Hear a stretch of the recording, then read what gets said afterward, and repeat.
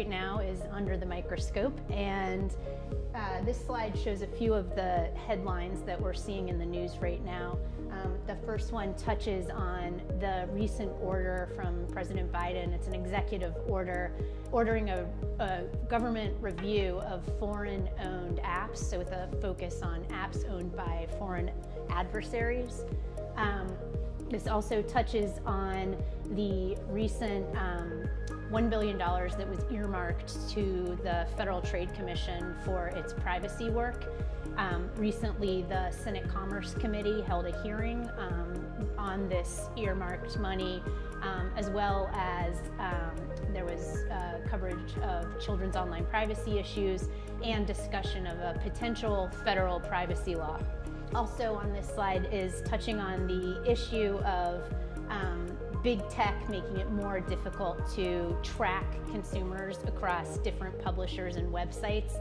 So these headlines about Apple's decision to turn off the identifier for advertisers by default, and also Google planning to turn off third-party cookies in the Chrome browser next year. So all of this making privacy a big issue right now.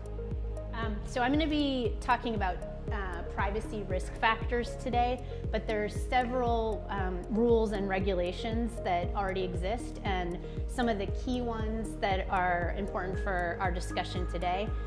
Primarily there's COPPA, the Children's Online Privacy Protection Act, which is enforced by the Federal Trade Commission. And this is the US law that applies to websites or online services that are directed to kids and websites and online services that have actual knowledge that they're collecting personal information from kids. And COPPA has a number of requirements of these websites and online services. One of the most important aspects of it is requiring a privacy policy that lays out in detail what personal information is being collected, how it's being used, and how it's being safeguarded.